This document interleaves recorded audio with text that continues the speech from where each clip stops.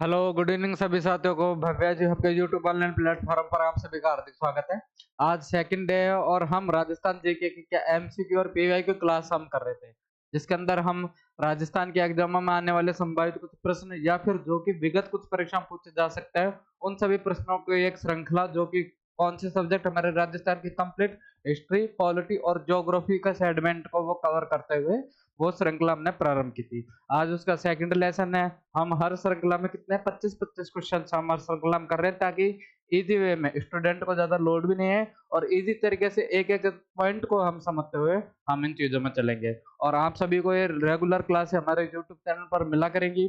इस सभी के लिए आप सबसे पहले यूट्यूब को सब्सक्राइब कीजिए। और अब चलिए चलते हैं हम हमारी आगे की क्लास में।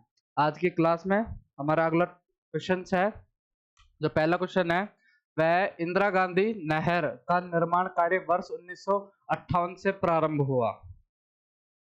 ये जो हमारा अगला क्वेश्चन है कि वर्ष 1900 इंदिरा गांधी नहर जिसका निर्माण कब से प्रारंभ हुआ है, वर्ष 1958 से प्रारंभ हुआ। और इसका उद्गम है कि इंदिरा गांधी नहर जो कि राजस्थान की पश्चिमी राजस्थान की सबसे बड़ी एक परियोजना है, जो पश्चिमी राजस्थान को पेयजल और सिंचाई की सुविधा उपलब्ध करवाती है, जिसका निर्माण कब होता है, इसका निर्माण वर्ष 1958 है। अब इसका उद्गम स्थल क्या है, तो सबसे पहले हम बात करते हैं कि हमारी इंदिरा गांधी नहर की।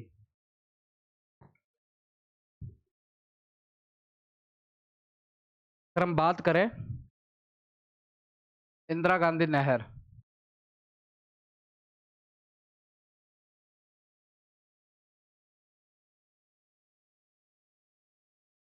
इंदिरा गांधी नहर जिसका उद्गम स्थल क्या है, जिसका उद्गम स्थल कौन सा जिला है, तो ध्यान रखना है कि यह पंजाब जिले से यह इसका उद्गम स्थल है। और पंजाब जिले में भी कौन सी नदी है, तो सतलज प्लस व्यास, सतलज और व्यास नदी पर एक बांध है। उस बांध का क्या नाम है, उस बांध का नाम है हरिके बांध।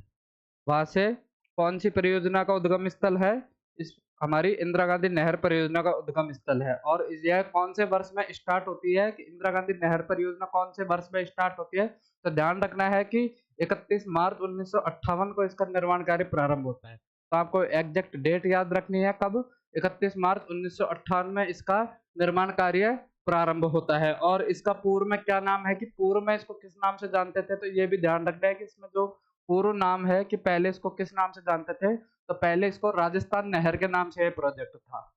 कि जब यह प्रोजेक्ट स्टार्ट हुआ था तब किस नाम से यह प्रोजेक्ट स्टार्ट हुआ था, तो राजस्थान नहर के नाम से यह प्रोजेक्ट स्टार्ट हुआ था। लेकिन बाद में कब, 2 नवंबर 1984 को, 2 नवंबर 1984 को इसका नाम क्या कर दिया गया था, इसका नाम आईजीएनपी यानी कि इंदिरा गांधी नहर परियोजना। आईजीएनपी का फुल फॉर्म क्या है, यहाँ पे इंदिरा गांधी नहर परियोजना है, जिसका उद्गम स्थल क्या है, यह पंजाब से स्टार्ट होती है। और पंजाब में कहाँ से, सतलज प्लस व्यास नदी पर जो हरिके बांध है वहां से यह स्टार्ट होती है। और 2 नवंबर 1984 को इसका नाम परिवर्तित करके क्या किया गया है, इंदिरा गांधी नहर परियोजना इसका बदलकर नाम परिवर्तित किया है। और ये कहाँ तक ये आती है, तो ध्यान रखना है कि ये राजस्थान में स्टार्ट कहाँ से होती है, स्टार्ट यह पंजाब से हो रही है।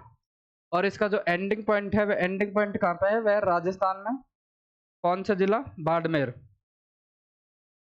राजस्थान के बाड़मेर जिले में। और बाड़मेर में भी एग्जैक्ट लोकेशन याद करें तो गदरा रोड नाम करके एक जगह है, गदरा रोड, वहां तक यह इंदिरा गांधी नहर परियोजना का लास्ट एंडिंग पॉइंट है। तो आपको ध्यान रखना है कि इंदिरा गांधी नहर परियोजना जो कि कब स्टार्ट होती है, 31 मार्च 1958 को। कहां से स्टार्ट होती है, पंजाब से। पंजाब में भी कहां पे, सतलज और ब्यास पे। और अगर एग्जैक्ट लोकेशन याद करें तो डिस्ट्रिक्ट भी अगर आपसे पूछा जा सकता है तो ध्यान रखना है पंजाब के फिरोजपुर जिले से, पंजाब के फिरोजपुर जिले से यह प्रोजेक्ट चालू होता है, जिसका पूर्व में क्या नाम था, राजस्थान नहर के नाम से प्रोजेक्ट चालू हुआ था। लेकिन 2 नवंबर 1984 को इसका नाम परिवर्तित करके क्या कर दिया गया था, इसका नाम परिवर्तित करके आईजीएनपी रख दिया गया था। इंदिरा गांधी के नाम पर इसका नाम रख दिया गया था, जो कि राजस्थान के क्या पे है, बाड़मेर जिले की गडरा रोड तक इसका प्रोजेक्ट है। तो आगे हमारा क्वेश्चन देखते हैं कि इसका उद्गम स्थल कहाँ पे है, तो सतलज व्यास नदी पर कौन सा, हरि के बांध से इसका उद्गम स्थल है। और यह किस राज्य में स्थित है, तो यह पंजाब जिले में स्थित है। और ध्यान रखना है कि इसका निर्माण प्रारंभ कब होता है, तो इसका निर्माण 31 मार्च 1958 से प्रारंभ होता है। और अभी हमने पढ़ा था कि इसमें पूर्व में इसका क्या नाम था, तो पूर्व में इसको किस नाम से जानते थे, इसको राजस्थान नहर के नाम से जानते थे। बाद में इसका नाम परिवर्तित होकर क्या हो गया था, आईजीएनपी हो गया था। कब हुआ था? 2 नवंबर 1984 को इसका नाम क्या कर दिया गया था? इंदिरा गांधी नहर परियोजना यानी कि आईजीएनपी इसका नाम कर दिया गया था। तो पहले क्वेश्चन का आंसर ऑप्शन नंबर 4, सतलज व्यास नदी पर हरिके बांध से किसका उद्गम हो रहा है? आईजीएनपी का। अगला क्वेश्चन हम देखते हैं कि जिलों के किस समूह में इंदिरा गांधी नहर का पानी केवल पीने के उद्देश्य के उपयोग में लाया जाता है? अब हम समझते हैं कि जब आईजीएनपी का जो प्रोजेक्ट है वह स्पेशल किसकी पूर्ति करता है? पेयजल प्लस सिंचाई की। किसकी पूर्ति कर रहा है? ये पश्चिमी राजस्थान का प्रोजेक्ट है जो किसकी पूर्ति करता है? पेयजल और सिंचाई की यह पूर्ति करता है। और इससे लाभान्वित कितने जिलों में यह प्रोजेक्ट है? तो 10 जिलों में। लेकिन कुछ ऐसे स्पेशल जिले हैं कि जहां पर सिर्फ इसके पानी की सप्लाई किस उद्देश्य से की जाती है? सिर्फ पेयजल के उद्देश्य से की जाती है। तो सबसे पहले हम याद करते हैं कि आईजीएनपी के जो लाभान्वित 10 जिले हैं, राजस्थान के जो 10 जिले हैं वह कौन कौन से हैं? उनको याद करने की ट्रिक मैं आपको बता रहा हूँ कि सबसे पहले तो वो जिले, 4 वह जिले जो कि हमारी पाकिस्तान के साथ में क्या बना रहे हैं? इंटरनेशनल बाउंड्री बना रहे हैं। कौन कौन से हैं? श्रीगंगानगर, आपको सबसे पहले वह 4 जिले याद रखना है। वह 4 जिले श्रीगंगानगर, इसके जस्ट नीचे बीकानेर, इसके जस्ट पास में जैसलमेर,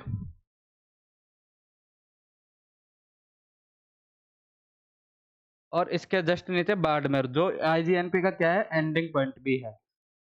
शेखावाटी के 3 जिले हमें याद करने हैं, कौन कौन से? सीकर,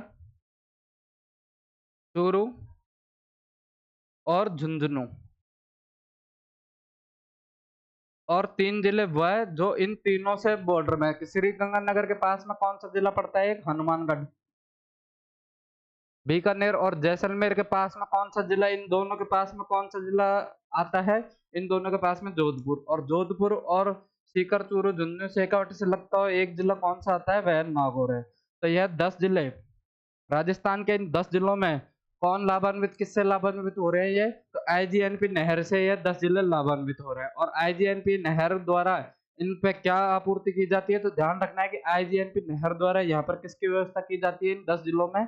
पेयजल प्लस सिंचाई। पेयजल प्लस सिंचाई। लेकिन कुछ ऐसे जिले हैं, और ऐसे जिले कितने? मात्र 4 जिले हैं जिन पर सिर्फ किसकी सुविधा दी गई है कि सिर्फ पेयजल की सुविधा कितने जिलों को मिल रही है? 4 जिलों को। पेयजल कितने जिलों में सप्लाई होता है? पेयजल का पानी आईजीएनपी नहर द्वारा सिर्फ 4 जिलों में। और पेयजल प्लस सिंचाई का पानी वह कितने जिलों में सप्लाई होता है? तो 6 जिलों में। तो यह क्रम भी आपको याद रखना है कि कई बार एग्जाम में पूछा गया है कि आईजीएनपी नहर से लाभान्वित कुल कितने जिले हैं? तो कुल तो 10 जिले हैं। 10 जिले कौन कौन से हैं? जो भी मैंने आपको नाम बताया था। लेकिन उनमें से सिर्फ पेयजल या फिर सिर्फ पेयजल प्लस सिंचाई के लिए लाभान्वित कौन कौन से जिले हैं? तो उसके बारे में भी आपसे पूछा गया है। तो ध्यान रखना है कि झुंझुनू, सीकर, नागौर और कौन सा है हमारा? बाड़मेर। ये सिर्फ ऐसे 4 जिले हैं। कौन कौन से हैं? तो आपको ध्यान रखना है कि ऐसे 4 जिले हमारे, एक तो सीकर, झुंझुनू, नागौर और बाड़मेर। सिर्फ ऐसे यह 4 जिले हैं जहां पर सिर्फ आईजीएनपी में क्या पानी होता है? सिर्फ पेयजल की सप्लाई होता है। तो हमारा जो क्वेश्चन है कि जिलों के किस समूह में इंदिरा गांधी नहर का पानी केवल पीने के उद्देश्य के लिए उपयोग में लाया जाता है? तो कुल कितने जिले थे? तो कुल 10 जिलों में यह पानी का सप्लाई किया जाता है, आईजीएनपी का पानी का सप्लाई किया जाता है। लेकिन मात्र 4 जिलों में, 4 जिलों में सिर्फ किसके उद्देश्य से पानी का सप्लाई किया जाता है? पेयजल के उद्देश्य के। तो 4 जिले कौन कौन से हैं? तभी हमने देखा था, झुंझुनू, सीकर, नागौर और बाड़मेर। ऑप्शन नंबर 1 हमारा इसका राइट आंसर होगा कि झुंझुनू, सीकर, नागौर, बाड़मेर इन जिलों में आईजीएनपी नहर का पानी किसके उद्देश्य से? सिर्फ पीने के उद्देश्य के लिए उपयोग में लाया जाता है। उसके अलावा हम नेक्स्ट क्वेश्चन देखते हैं जो इसी से रिलेटेड है, जो कि मैंने अभी आपको बताया था कि इन 4 जिलों में तो किसके लिए सिर्फ पेयजल के उद्देश्य आता है, और बाकी के 6 जिलों में पेयजल प्लस सिंचाई के लिए पानी अवेलेबल रहता है। तो इंदिरा गांधी नहर परियोजना से किन जिलों को सिंचाई सुविधा प्राप्त हो रही है? तो बाकी के 6 जिले कौन कौन से अभी देखते हैं कि बीकानेर, चूरू, गंगानगर, हनुमानगढ़, जैसलमेर, बाड़मेर और जोधपुर। ये 6 जिले हमने बेसिकली इनका नाम पढ़ा था। बीकानेर, चूरू, हनुमानगढ़, कोटा, गंगानगर। क्या कोटा लिस्ट में था क्या? नहीं, कोटा में आईजीएनपी नहर से कोटा लाभान्वित नहीं है। सीकर, झुंझुनू, जैसलमेर, बाड़मेर और जोधपुर ये आईजीएनपी नहर से लाभान्वित होने वाले जिले हैं। बीकानेर, चूरू, जयपुर, सीकर, अजमेर और दौसा। तो ध्यान रखना है कि दौसा में पानी की सप्लाई नहीं हो रही है। लेकिन यहाँ पर क्या ऑप्शन आ रहा है? सीकर। सीकर सिर्फ किसकी आपूर्ति करता है? सिर्फ पेयजल की। तो इसका मतलब ऑप्शन नंबर थर्ड भी गलत है। तो ऑप्शन नंबर एक कौन कौन से? बीकानेर, चूरू, गंगानगर, हनुमानगढ़, जैसलमेर, बाड़मेर और जोधपुर। यहाँ पे जो ऑप्शन नंबर 3 है, वहाँ पे स्टूडेंट कंफ्यूज हो जाएंगे कि ये जो 5 जिले हैं, ये भी आईजीएनपी से लाभान्वित जिले। लेकिन ध्यान रखना है कि जो सीकर है, सीकर में सिर्फ किसके लिए पानी की आपूर्ति होती है? सिर्फ पेयजल के लिए आपूर्ति होती है। और बाकी के जो ये 6 जिले हैं, बाकी के 6 जिले यहाँ पे पेयजल के साथ-साथ में और किसके लिए सप्लाई होता है पानी? पेयजल के साथ-साथ में यहाँ पे सिंचाई के लिए भी पानी सप्लाई होता है। तो कन्फ्यूजन नहीं होना है। उन 4 जिलों को आपको याद रखना है कि ऐसे आईजीएनपी से लाभान्वित वे 4 जिले कौन-कौन से हैं, जहाँ पर पानी सिर्फ सप्लाई किस उद्देश्य से हो रहा है? सिर्फ पेयजल के उद्देश्य से हो रहा है। आगे बढ़िए नेक्स्ट क्वेश्चन में कि राजस्थान के किस क्षेत्र को इंदिरा गांधी नहर परियोजना का लाभ मिलता है? कि आखिर कौन-कौन से जिले? मैंने अभी बताया था 10 जिले आपको याद करवाए थे। 10 जिलों में किसका विस्तार है? आईजीएनपी का विस्तार है। इंदिरा गांधी नहर परियोजना का 10 जिलों में आईजीएनपी है। वह 10 जिले भी मैंने आपको बताए थे कि 4 तो हमारी वह जिले जो कि क्या बनाते हैं? पाकिस्तान के साथ इंटरनेशनल सीमा बनाते हैं। बाकी के 3 हमारे सियाकाटी क्षेत्र के सीकर, चूरू, झुंझुनू। इसके अलावा श्रीगंगानगर के जस्ट बगल में हमारा जिला हनुमानगढ़, जैसलमेर और बीकानेर के जस्ट पास वाला जिला हमारा जोधपुर और उसके पास वाला हमारा कौन-सा? नागौर जिला है। तो ऐसे यहाँ पे क्वेश्चन है कि किस क्षेत्र में इंदिरा गांधी नहर परियोजना का लाभ मिलता है? तो चूरू सियाकाटी में आता है, तो बिल्कुल चूरू में लाभ मिलता है। जैसलमेर इंटरनेशनल बाउंड्री बना रहा है। जैसलमेर के पास में जस्ट कौन सा जिला है? जोधपुर। और अजमेर, अजमेर में आईजीएनपी का कोई लाभ नहीं मिलता है। तो कौन कौन से है कि 1, 2 और 3 सही है। तो केवल 1, 2, 3 यानी कि ऑप्शन नंबर 2 इसका राइट आंसर होगा कि सिर्फ चूरू, जैसलमेर और जोधपुर को किसका लाभ मिल रहा है? आईजीएनपी का लाभ मिल रहा है। आगे क्वेश्चन है, परवन सिंचाई परियोजना किस जिले में स्थित है? तो हम सबसे पहले बात करते हैं कि परवन सिंचाई परियोजना की, कि यह किस जिले में स्थित है। तो ध्यान रखना है कि परवन सिंचाई परियोजना, परवन सिंचाई परियोजना जो कि हमारे कौन से राजस्थान के कौन से जिले में स्थित है? तो आप लोगों को ध्यान रखना है कि यह राजस्थान के झालावाड़ जिले में स्थित है।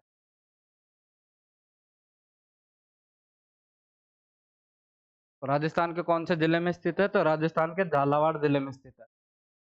और यह हाड़ौती में है। झालावाड़ कौन से एरिया में पड़ता है? ये हाड़ौती साइड में परवन सिंचाई परियोजना पड़ती है। और कहाँ से स्टार्ट होती है? तो अकावद कला, इसका जो उद्गम ओरिजिन पॉइंट है अकावद कला। और गांव का भी नाम आपको ध्यान रखना है, अकावद कला, खानपुर गांव। खानपुर गांव जो कि कहाँ पे पड़ता है? वो अभी झालावाड़ से पड़ता है। यहाँ से हमारी कौन सी परियोजना स्टार्ट होती है? हमारी परवन सिंचाई परियोजना स्टार्ट होती है। कौन सी नदी पर? पूछा जा सकता है कि यह कौन सी नदी पर स्टार्ट है। तो ध्यान रखना है कि यह परवन नदी पर, परवन नदी पर ही यह सिंचाई परियोजना है। और झालावाड़ के अलावा कौन कौन से इससे लाभान्वित जिले हैं? तो ध्यान रखना है कि झालावाड़ के अलावा कोटा, बारा और झालावाड़, यह इनसे क्या है? यह इनसे लाभान्वित जिले हैं। कौन कौन से? सिर्फ 3 जिलों में यह योजना का लाभ मिलता है। और 3 जिले कौन कौन से हैं? तो ध्यान रखना है कि पहला जिला है झालावाड़, कोटा और बारा। झालावाड़ से ही तो यह परियोजना क्या हो रही है? यह परियोजना स्टार्ट हो रही है। तो ध्यान रखना है क्वेश्चन क्या है कि परवन सिंचाई परियोजना किस जिले में स्थित है? तो ध्यान रखना है कि परवन सिंचाई परियोजना झालावाड़ जिले में स्थित है। और झालावाड़ के अलावा इसका लाभ और कौन कौन से जिले को मिल रहा है? तो कोटा प्लस 12 जिले को यह लाभ मिल रहा है। और परवन सिंचाई परियोजना जो कि कब कंप्लीट होने का इसका टारगेट था? 2023 में यह इसका पूर्ण होने का टारगेट था। तो ध्यान रखना है कि परवन सिंचाई परियोजना किस जिले में स्थित है? तो यह ध्यान रखना है झालावाड़ जिले में स्थित है। किस नदी पर बनी हुई है? तो परवन नदी पर ही यह सिंचाई परियोजना बनी हुई है। इसके बाद में हम बात करते हैं अगले क्वेश्चन की, जाखम बहुउद्देश्य परियोजना राजस्थान के कौन से जिले में स्थित है? तो हम बात करते हैं कि जाखम बहुउद्देश्य परियोजना कौन सी है। आइए देखते हैं, सबसे पहले उसकी चर्चा करते हैं कि जाखम, जाखम एक नदी है। किसकी सहायक नदी है? माही की। और उसके ऊपर एक प्रोजेक्ट है, वह कौन सा है? जाखम नदी बहुउद्देश्य परियोजना। यह जो बहुउद्देश्य, किसी भी परियोजना में जो बहुउद्देश्य लगता है, इसका मतलब कि उसका उद्देश्य, उसके जो उस योजना को स्टार्ट करने के पीछे बहुत से टारगेट है, इसलिए उसको क्या बोलते हैं? बहुउद्देश्य परियोजना।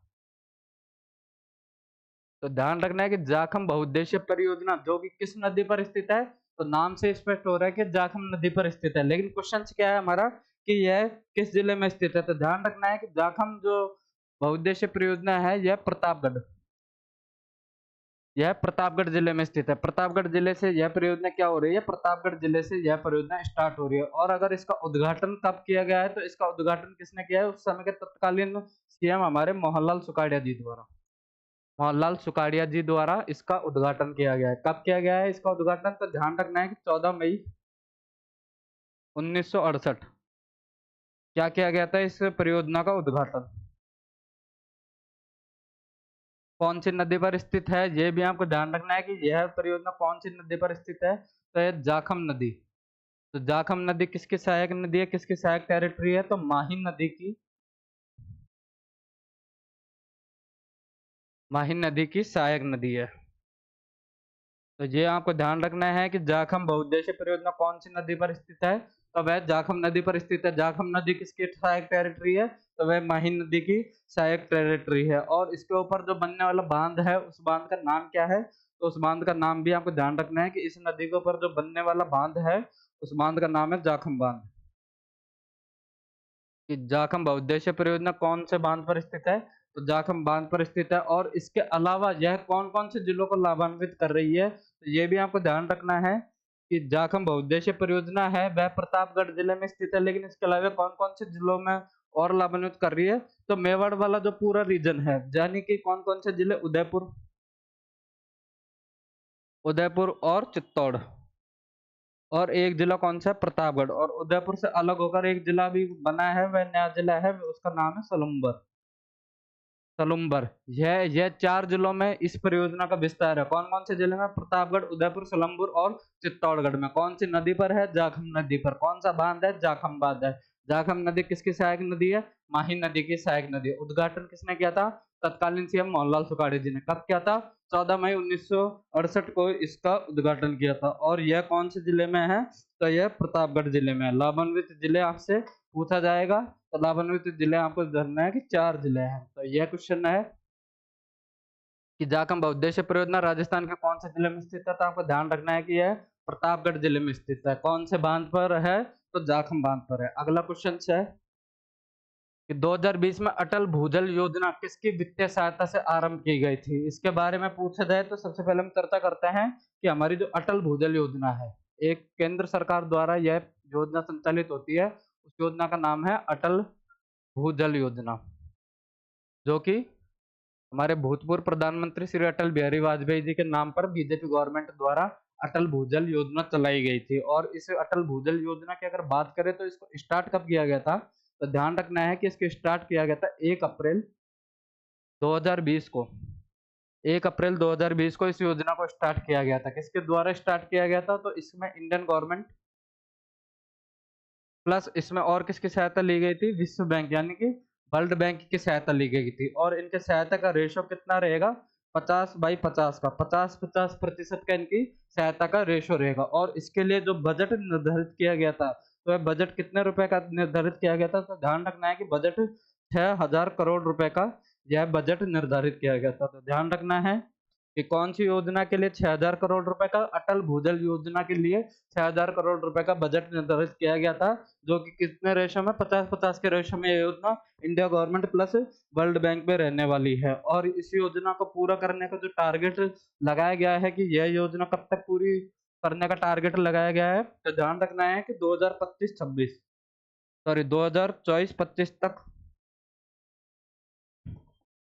2024-25 तक इस योजना को पूर्ण करने का टारगेट लगाया गया है। और इस योजना का उद्देश्य क्या है? तो इसका सीधा सा मतलब नाम से डिकोड हो रहा है कि भूजल, यानी कि भूमि में जो जल जमा है उसके बारे में यह, उससे रिलेटेड यह योजना है। तो अगर इसके टारगेट की बात करें तो भूजल के गिरते स्तर को रोकना, भूजल के गिरते स्तर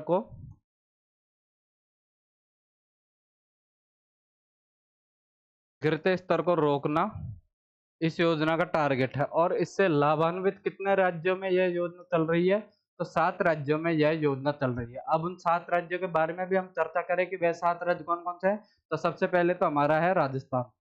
कि राजस्थान राज्य में ये योजना संचालित हो रही है। राजस्थान के जितने भी पड़ोसी राज्य हैं, आप उन सब के बारे में लिख सकते हो, सिवाय किसको छोड़ के? पंजाब को छोड़ के। अगर अटल भूजल योजना से लाभान्वित 7 राज्यों के नाम आपको याद रखने हैं, तो सबसे पहले राजस्थान के पड़ोसी राज्यों के बारे में लिखिए। किसको छोड़कर? पंजाब को छोड़कर। पंजाब की जगह हमें यहाँ क्या लेना है? पंजाब की जगह हमें यहाँ पे हरियाणा लेना है। तो राजस्थान के पड़ोसी राज्यों की अगर हम बात करें, तो एक तो हमारा आता है यूपी, एक हमारा आता है एमपी, एक हमारा आता है गुजरात। पंजाब को छोड़ना है, कौन सा राज्य आता है? हरियाणा। उसके अलावा 2 अदर स्टेट, कौन-कौन से? एमपी और कर्नाटक। इन 7 राज्यों में यह कौन सी योजना संचालित हो रही है? कि अटल भूजल योजना। कौन-कौन से 7 राज्यों में संचालित हो रही है? राजस्थान, उत्तर प्रदेश, मध्य प्रदेश, गुजरात, हरियाणा और महाराष्ट्र। सॉरी, एमपी की जगह यहाँ पर क्या है? महाराष्ट्र। एमपी की जगह यहाँ पर क्या है? महाराष्ट्र और कर्नाटक। इन 7 राज्यों में हमारी कौन सी केंद्र सरकार द्वारा कौन सी योजना का संचालन किया जा रहा है?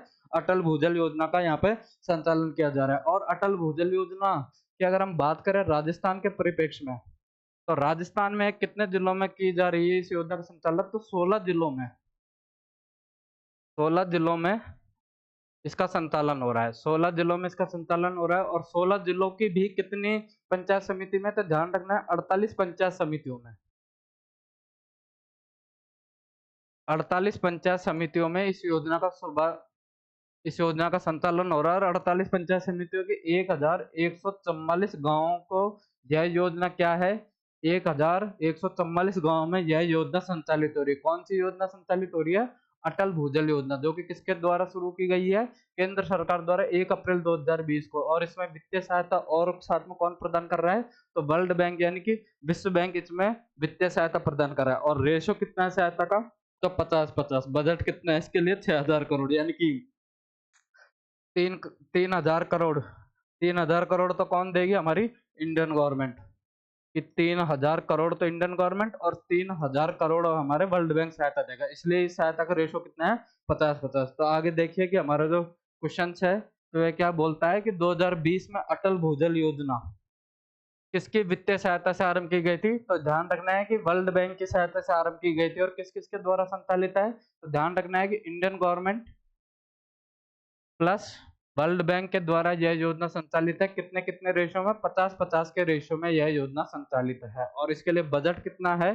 तो 6000 करोड़ इसके लिए बजट है, जिसमें से 3000 करोड़ कौन? Indian government. और 3000 करोड़ कौन? वर्ल्ड बैंक इसके लिए सहायता देगा। राजस्थान में यह योजना लागू कितने जिलों में है? तो ध्यान रखना है कि राजस्थान में यह योजना 16 जिले, और 16 जिलों में भी कितनी? 38 पंचायत समिति। और 48 पंचायत समितियों के कितने गांव? 1144 गांव में यह योजना लागू है। तो आपको अटल भूजल योजना, जिसके बारे में मैंने विस्तार से बताया था कि अटल भूजल योजना क्या है और यह किस किस के सहयोग से चलाई जा रही है। आगे बढ़िए नेक्स्ट क्वेश्चन पे। राजस्थान में अटल भूजल योजना के लिए निम्न में से कौन सा कथन सही है? अब यह अटल भूजल योजना के बारे में एक स्टेटमेंट दिए गए हैं, 2 स्टेटमेंट जो कि राजस्थान के संदर्भ में है। और यह जो क्वेश्चन है वह कौन से एकदम पूछा गया है? आरएस 2023, आरएस प्री 2023 का यह क्वेश्चन है कि अटल भूजल योजना के संबंध में। तो पहला स्टेटमेंट है कि अटल भूजल योजना भारत सरकार की वित्तीय सहायता से, बिल्कुल सही है कि भारत को इसको वित्तीय सहायता कौन दे रहा है? भारत सरकार। आगे बढ़ते हैं, भारत सरकार की वित्तीय सहायता से राजस्थान सरकार द्वारा चलाई जा रही है। तो ध्यान रखना है कि राजस्थान सरकार द्वारा नहीं, भारत सरकार इसको वित्तीय सहायता दे रही है। तो इसका संचालन भी कौन कर रहा है? इसका संचालन भी इंडिया गवर्नमेंट कर रही है। दूसरा, इसका सहायक कौन है? तो वर्ल्ड बैंक इसका दूसरा सहायक है। यानी कि पहला स्टेटमेंट हमारा गलत है। दूसरा, इस योजना का उद्देश्य भूजल प्रबंध में सुधार करना और इसके गिरते स्तर को रोकना है। तो अभी हमने पढ़ा कि इसका उद्देश्य क्या है? भूजल के गिरते स्तर को रोकना है। यानी कि दूसरा स्टेटमेंट हमारा सही है। तो पूछा गया है कि इनमें से कौन सा कथन सही है? तो पहला तो गलत है, इसमें से सिर्फ 2 यानी कि केवल 2 सही है। तो ऑप्शन नंबर 3 इसका राइट आंसर है कि केवल 2 सही है, क्योंकि इस योजना का संचालन कौन कर रहा है? इंडिया गवर्नमेंट इस योजना का संचालन कर रही है, ना कि राजस्थान गवर्नमेंट। आगे अगला क्वेश्चन है, राजस्थान में जीवन धारा योजना, जीवन धारा योजना का संबंध क्या है? तो सबसे पहले हम बात करें कि आखिर जीवन धारा योजना है क्या? जीवन धारा योजना, अगर इस जीवन धारा योजना की बात करें तो ध्यान रखना ये काफी पुरानी योजना है। और इस योजना की स्टार्ट कब से की गई थी? ये योजना 1996 से 97 के बीच में यह योजना स्टार्ट की गई थी। और इस योजना का उद्देश्य क्या था? कि कुएं कुएं प्लस तालाब निर्माण। कुएं प्लस तालाब का निर्माण इस योजना का उद्देश्य था कि यह योजना के द्वारा किसके लिए, कुएं और तालाबों के निर्माण के लिए यह क्या करती थी, यह अनुदान। कितना अनुदान देती थी, तो यह पूर्ण अनुदान। तो ध्यान रखना है कि यह पूर्ण अनुदान देती थी। और इसके लाभार्थी कौन थे, छोटे व सीमांत किसान इसके लाभार्थी थे। कौन सी योजना की हम बात करें, जीवन धारा योजना। छोटे व सीमांत किसान इस योजना के क्या थे, लाभार्थी थे, जो कि स्टार्ट कब होती है, 1996 से 97 में, जिनका निर्माण कुएं प्लस तालाबों का निर्माण करना था। और लाभार्थियों की कैटेगरी कौन थी, जो गरीबी रेखा से नीचे थे।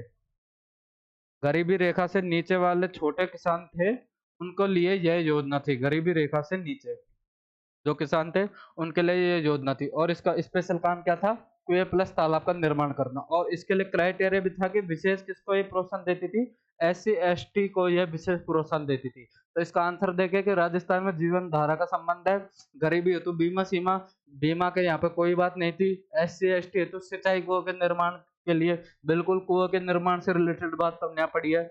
नगरीय क्षेत्रों हेतु बिल्कुल ये किसानों के लिए योजना थी, तो यानी कि इसका प्रभाव क्षेत्र कहाँ पे रहेगा, विलेज यानी कि गांव में।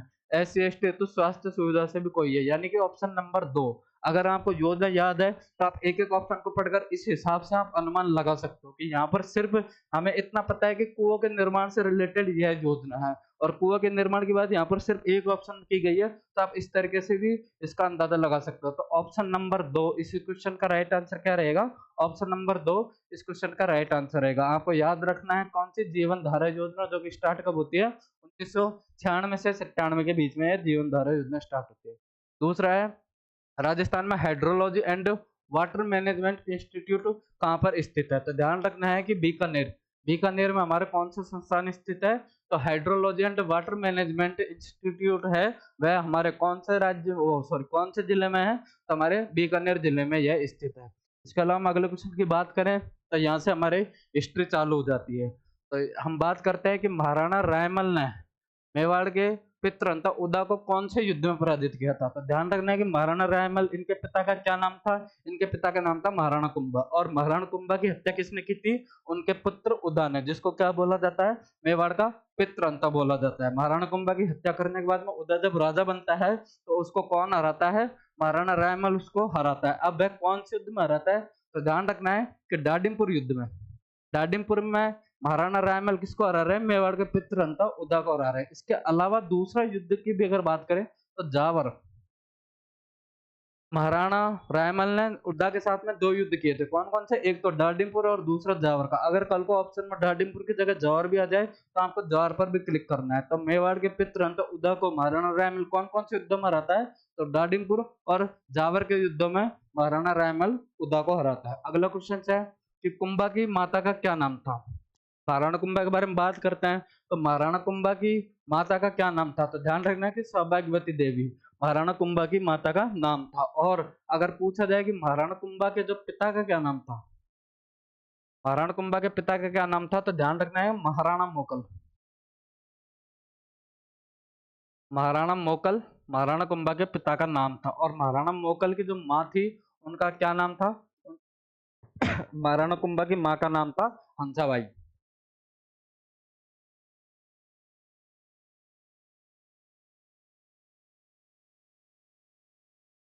आगे क्वेश्चन है, मेवाड़ में कुल कितने साके हुए। तो सबसे पहले पढ़ते हैं कि आखिर साका होता क्या है। राजपूतों में जब कोई भी राजपूत राज्य अंतिम युद्ध करना जाता था तो उसमें एक रिवाज, एक परंपरा थी। वह परंपरा कौन थी, वह परंपरा थी साके की। साके के अंदर 2 चीजें होती है, एक तो होता है जौहर और एक होता है केसरिया। जौहर से बिल्कुल आपको रानी पद्मिनी की कहानी सबको याद आई जाती है कि रानी पद्मिनी वह भी कहाँ की थी, मेवाड़ की रानी थी, जिसने अलाउद्दीन खिलजी के खिलाफ क्या किया था, जौहर किया था।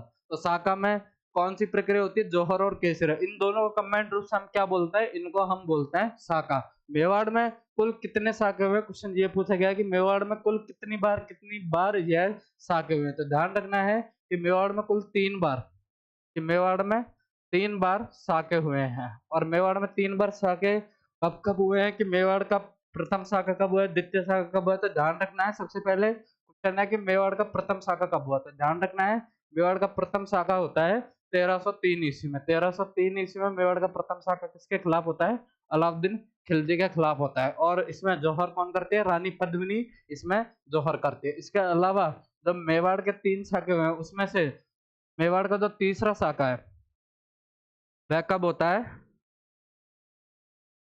1567 में मेवाड़ का क्या होता है? तीसरा शाखा होता है। 1303 में मेवाड़ का प्रथम शाखा होता है और 1535 ईस्वी में मेवाड़ का क्या होता है? द्वितीय शाखा। तो आपको ध्यान रखना है कि मेवाड़ के 3 शाखे कब-कब होते हैं? तो 1535 में द्वितीय शाखा और मेवाड़ के अगर 3 शाखे पूछे जाएँ तो आपको डेट याद करनी है। 1303 में कौन सा शाखा होता है? प्रथम शाखा। 1535 में कौन सा शाखा होता है? सेकंड। और 1567 में कौन सा शाखा होता है? थर्ड। 1567 में मेवाड़ के यह 3 शाखे होते हैं। यह किसके खिलाफ होता है? अलाउद्दीन खिलजी के खिलाफ होता है। कौन करती है? रानी पद्मिनी इसमें जौहर का नेतृत्व करती है। 1535 ईस्वी में कौन? रानी कर्मावती, जो कौन? महाराणा सांगा की वाइफ, वह इस शाखे का, वह इस जौहर का नेतृत्व करते हैं। किसके खिलाफ? बहादुर शाह के खिलाफ यह शाखा होता है। 1567 ईस्वी में किसके खिलाफ? अकबर के खिलाफ यह शाखा होता है। जौहर का नेतृत्व कौन करती है? मेवाड़ सेना के सेनापति पत्ता की बाई फूल कंवर, जो कि मेवाड़ सेना के दूसरे सेनापति जयमल की बहन भी थी, वह इसमें जौहर का नेतृत्व करती है। तो 1303, 1535 और 1567 में मेवाड़ में कुल कितने शाखे होते हैं? 3 शाखे होते हैं। आपको तीनों की आपको ईयर याद रखना है। और प्रथम कब होता है? 1303 में। सेकंड कब होता है? 1535 में। और थर्ड कब होता है? 1567 में। यह मेवाड़ के कुल 3 शाखे थे। निम्न में से महाराणा कुंभा की उपाधि है। अब इसमें महाराणा कुंभा की उपाधि से रिलेटेड क्वेश्चन पूछा गया है, तो ध्यान रखना है कि अभिनव भट्टाचार्य, अभिनव भट्टाचार्य महाराणा कुंभा की उपाधि है। दूसरी शताब्दी में भारत में एक मुनि होते हैं जिनका नाम था भरत मुनि।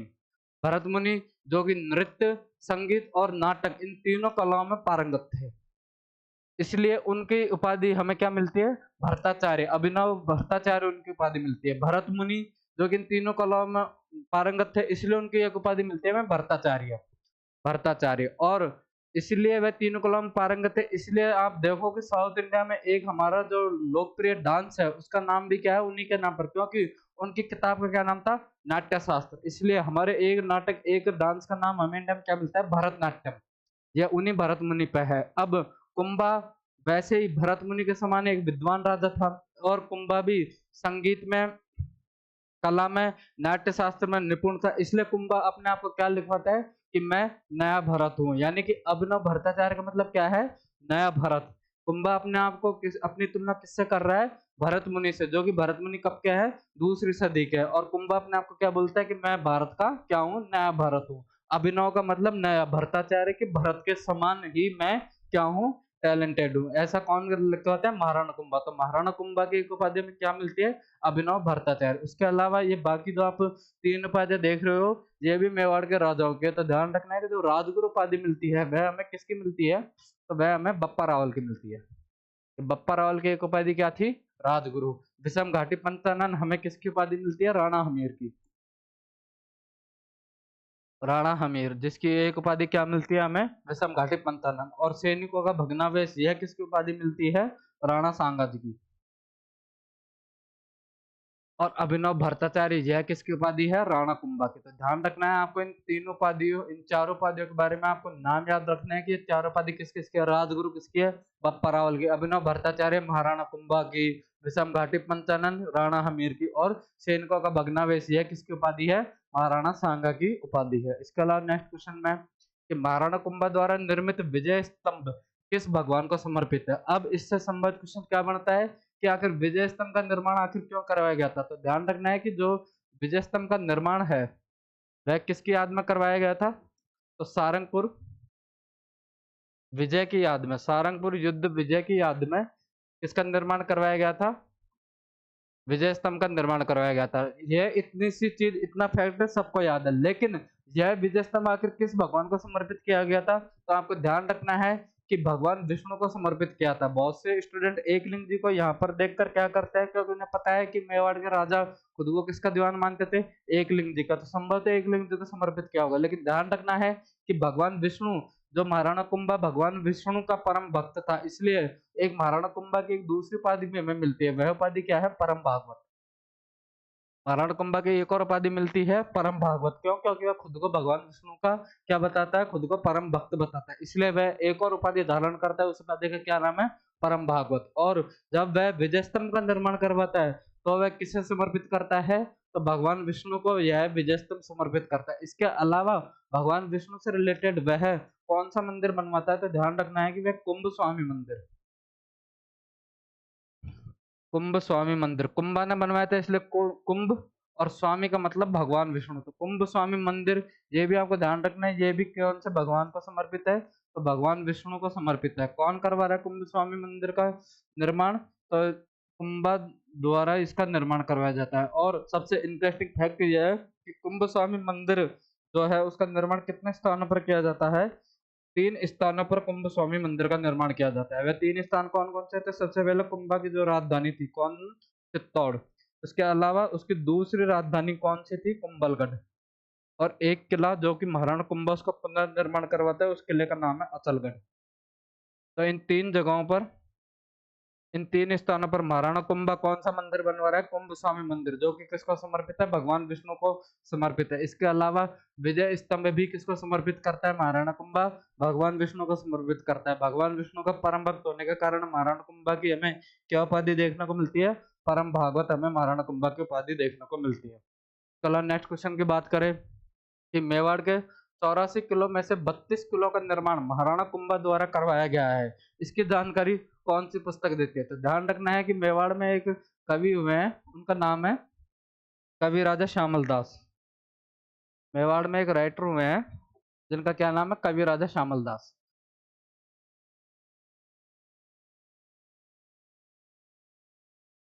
इन्होंने एक पुस्तक लिखी है, उस पुस्तक का क्या नाम है? उस पुस्तक का नाम है वीर विनोद। वीर विनोद हमें इस बात की जानकारी देती है कि मेवाड़ में कुल कितने किले हैं? मेवाड़ में कुल 84 किले हैं। मेवाड़ में कुल कितने किले हैं? 84 किले हैं, जिनमें से 32 किलो का निर्माण कौन करवा रहा है? 32 किलो का निर्माण महाराणा कुंभा द्वारा करवाया जा रहा है। तो ध्यान रखना है कि यह जानकारी हमें कौन सी पुस्तक देती है, तो यह जानकारी हमें वीर विनोद देती है। किसके द्वारा लिखी गई है? कवि राजा श्यामल दास जी द्वारा ये लिखी गई है। तो मेवाड़ के 84 किलो में से 32 किलो का निर्माण महाराणा कुंभा द्वारा करवाया गया है। इसकी जानकारी कौन सी पुस्तक देती है? तो ध्यान रखना है कि वीर विनोद हमें इस बात की जानकारी देते हैं। इसके अलावा हम बात करें कि संगीत सुधार रसिक प्रिया, यह जो दोनों किताबें हैं यह किसके द्वारा लिखी गई हैं? तो इन किताबों का लेखक खुद स्वयं महाराणा कुंभा थे। महाराणा कुंभा द्वारा यह किताबें लिखी गई हैं। और हमीर मधुमर्दन किसके द्वारा लिखी गई है? तो जयानक सूरी की यह किताब है। जयानक सूरी जो कि एक गुजरात के राइटर हुए हैं, एक जैन राइटर हुए हैं, उनकी किताब का क्या नाम है? हमीर मधुमर्दन, जो कि हमें किसकी जानकारी देती है? भूताल युद्ध की जानकारी देती है। उसके अलावा पूछा जाए, ये पॉलिटी क्वेश्चन है कि राजस्थान के वर्तमान राज्यपाल श्री हरिभाऊ बागड़े का संबंध है, कि राजस्थान के जो इस समय के प्रेजेंट राज्यपाल कौन है? श्री हरिभाऊ बागड़े जी राजस्थान के वर्तमान समय में राज्यपाल। इनका संबंध आखिर ये किस जिले, सॉरी किस राज्य से है? तो ध्यान रखना है कि इनका संबंध है महाराष्ट्र राज्य से। और राज्यपाल बनने से पूर्व यह क्या थे? महाराष्ट्र विधानसभा के अध्यक्ष थे। महाराष्ट्र विधानसभा के क्या रहे हैं? ये अध्यक्ष रहे हैं। कौन? वर्तमान राज्यपाल श्री हरिभाऊ बागड़े। इसके अलावा अगला क्वेश्चन ध्यान रखना है, राजस्थान के वर्तमान मुख्यमंत्री श्री भजनलाल शर्मा जी कहाँ के निवासी है? तो आपको ध्यान रखना है कि ये भरतपुर के निवासी हैं। कि हमारे जो प्रेजेंट सीएम है श्री भजनलाल जी शर्मा, वह कौन से जिले के हैं? तो ध्यान रखना है कि वह भरतपुर जिले के निवासी हैं। इसके अलावा राजस्थान के वर्तमान उप मुख्यमंत्री श्री दिया कुमारी जी का निर्वाचन क्षेत्र, तो आपको ध्यान रखना है कि विद्याधर नगर, जयपुर में जो हमारे विधानसभा सीट पड़ती है कौन सी? विद्याधर नगर, वहां से दिया कुमारी जी विधायक चुन कर आती है और क्या बनती है? उप मुख्यमंत्री बनती है। उसके अलावा हमने लास्ट क्लास में पढ़ा था कि जो झालरा पाटन है वह किसका निर्वाचन क्षेत्र है? तो वह वसुंधरा राजे जी का, वसुंधरा राजे जी का वह निर्वाचन क्षेत्र है। इसके अलावा सांगानेर हमारे वर्तमान सीएम भजनलाल जी का निर्वाचन क्षेत्र, भजनलाल जी सांगानेर से चुनाव लड़ते हैं। विद्याधर नगर में कौन? दिया कुमारी जी का यह निर्वाचन क्षेत्र है। दिया कुमारी जी विद्याधर नगर से चुनाव लड़ते हैं। सरदारपुरा से कौन चुनाव लड़ते हैं? हमारे एक्स सीएम कौन? अशोक गहलोत जी हमारे सरदारपुरा से चुनाव लड़ते हैं। उनका विधानसभा क्षेत्र कौन सा है? सरदारपुरा। और एक और हमारे जो डिप्टी सीएम है कौन है? प्रेमचंद बैरवा जी। तो आपको ध्यान रखना है कि प्रेमचंद बैरवा जी कहाँ से चुनाव लड़ते हैं? दूदू से चुनाव लड़ते हैं। तो ये भी आपसे पूछा जा सकता है। प्रेमचंद बैरवा जी जो हमारे डिप्टी सीएम है वह कहाँ से चुनाव लड़ते हैं? तो वह दो चुनाव लड़ते हैं। तो ये इन्फॉर्मेशन आपको ध्यान रखनी चाहिए कि वसुंधरा राजे जी, भजनलाल जी, अशोक गहलोत जी ये हमारे अशोक गहलोत वसुंधरा राजे जी एक्स सीएम रह चुके हैं राजस्थान के। भजन लाल जी प्रेजेंट समय में है, इनके विधानसभा क्षेत्र। और जो हमारे वर्तमान में दो उप मुख्यमंत्री है, कौन? दिया कुमारी जी और प्रेमचंद बैरवा जी। इनके निर्वाचन क्षेत्र कौन से है? तो ध्यान रखना है, प्रेमचंद बैरवा जी दूदू से चुनाव लड़ते हैं और दिया कुमारी जी विद्याधर नगर से चुनाव लड़ते हैं। उसके अलावा अगर ध्यान रखें सचिन पायलट जी कहाँ से चुनाव लड़ते हैं, तो आपको ध्यान रखना है कि वह टोंक से चुनाव लड़ते हैं। टोंक विधानसभा क्षेत्र से वह चुनाव लड़ते हैं। उसके अलावा बात करें कि राज्यपाल अपने पद पर कब तक रहता है, तो इसके बारे में ध्यान रखना है कि यह किससे संबंधित है? राज्यपाल की पदावधि से संबंधित है। जो इस बात की हमें जानकारी कौन सी देता है? आर्टिकल 156, भारतीय संविधान का आर्टिकल 156, जो कि किस बात की जानकारी देता है? राज्यपाल की पदावधि, जिसकी जानकारी देता है। और राज्यपाल की पदावधि में ये किस किस बात का जिक्र करता है कि राष्ट्रपति सामान्यतः, राज्यपाल सामान्यतः राष्ट्रपति के प्रसाद पर्यंत,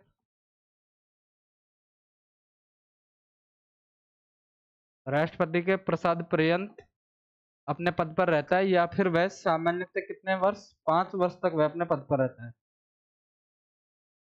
सामान्यतः 5 वर्ष तक अपने पद पर रहता है, लेकिन ये 5 वर्ष की लिमिट तो है बहुत ही रेयर केस में पूरी कर पाते हैं। लेकिन वह सामान्यतः किसके प्रसाद पर्यंत रहते हैं? तो राष्ट्रपति के प्रसाद पर्यंत वह अपने पद पर रहते हैं। तो राज्यपाल अपने पद पर कब तक रहता है? तो ध्यान रखना है कि वह राष्ट्रपति के प्रसाद पर्यंत अपने पद पर रहता है। दूसरा कि राज्य के राज्यपाल को कौन हटा सकता है? तो राज्य के राज्यपाल को ध्यान रखना है कि जब इसकी अपॉइंटमेंट कौन करता है, ध्यान रखना है कि इसकी अपॉइंट कौन करता है इसको, तो अपॉइंट प्रेसिडेंट करेगा। तो इसका रिमूवल का भी अधिकार किसको रहेगा? तो रिमूवल का अधिकार भी प्रेसिडेंट को रहेगा। तो ध्यान रखना है कि राष्ट्रपति राज्य के राज्यपाल को हटा सकता है। अगला क्वेश्चन है कि राजस्थान उच्च न्यायालय की मुख्य पीठ कहाँ पर स्थित है?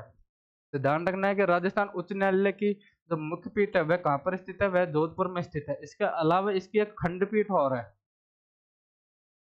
राजस्थान उच्च न्यायालय की खंडपीठ और है, जो कि कहाँ पर स्थित है? वह जयपुर में स्थित है। तो आपको ध्यान रखना है कि जो राजस्थान का जो हाई कोर्ट है उसकी मुख्य पीठ, बहुत से स्टूडेंट्स सोचते हैं कि राजधानी क्या है? जयपुर है, इसलिए जयपुर में ही इसकी मुख्य पीठ होगी। लेकिन ध्यान रखना है कि इसकी मुख्य पीठ कहाँ पर स्थित है? जोधपुर में स्थित है। और इसकी खंडपीठ कहाँ पर स्थित है? तो ध्यान रखना है कि जयपुर में इसकी खंडपीठ है। तो मुख्य पीठ कहाँ पर स्थित है?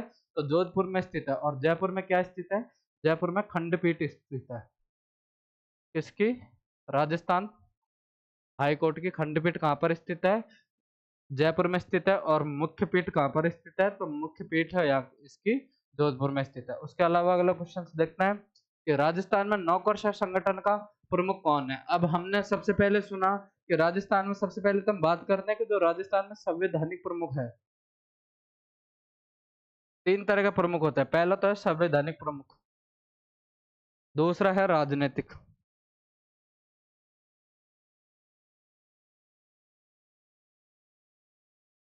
और एक है प्रशासनिक, जिसको हम क्या बोलते हैं? नौकरशाह।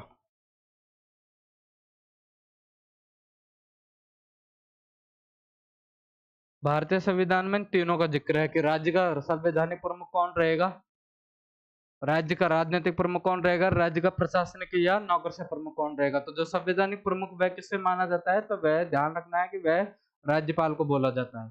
तो राजनीतिक प्रमुख किसको माना जाता है? तो वह सीएम को बोला जाता है। और प्रशासनिक या नौकरशाह प्रमुख किसको बोला जाता है? तो वह मुख्य सचिव, चीफ सेक्रेटरी।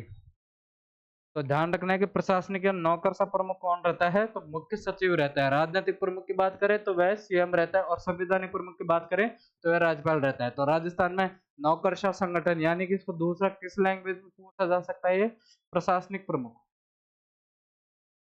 प्रशासनिक प्रमुख का प्रमुख कौन है? तो ध्यान रखना है कि मुख्य सचिव इसका प्रमुख होता है। और अगर मुख्य सचिव की बात करें तो मुख्य सचिव के पद पर नियुक्त होने वाला जो अधिकारी होता है वह किसके द्वारा चयन किया जाता है? तो ध्यान रखना है कि वह सीएम के द्वारा, यानी कि मुख्यमंत्री के द्वारा वह चयन किया जाता है।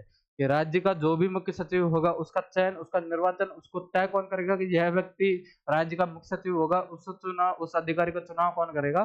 तो मुख्यमंत्री उस अधिकारी का चुनाव करेगा। तो आज की क्लास में हमने हिस्ट्री, पॉलिटी, ज्योग्राफी से रिलेटेड कुछ क्वेश्चंस देखे थे, जिनके अंदर हमने कुछ राजस्थान में चलने वाली महत्वपूर्ण जो जल परियोजना है उनके बारे में भी चर्चा करी। इन सभी की आपको लिंक हमारे टेलीग्राम चैनल पे इस वीडियो की जो पीडीएफ है वह आपको मिल जाएगी। इस क्लास की पीडीएफ हमारे टेलीग्राम चैनल पर मिल जाएगी। आप ज़्यादा से ज़्यादा और अपडेट के लिए हमारे टेलीग्राम जॉइन कीजिए, चैनल को सब्सक्राइब कीजिए। धन्यवाद, मिलते हैं कल की क्लास में।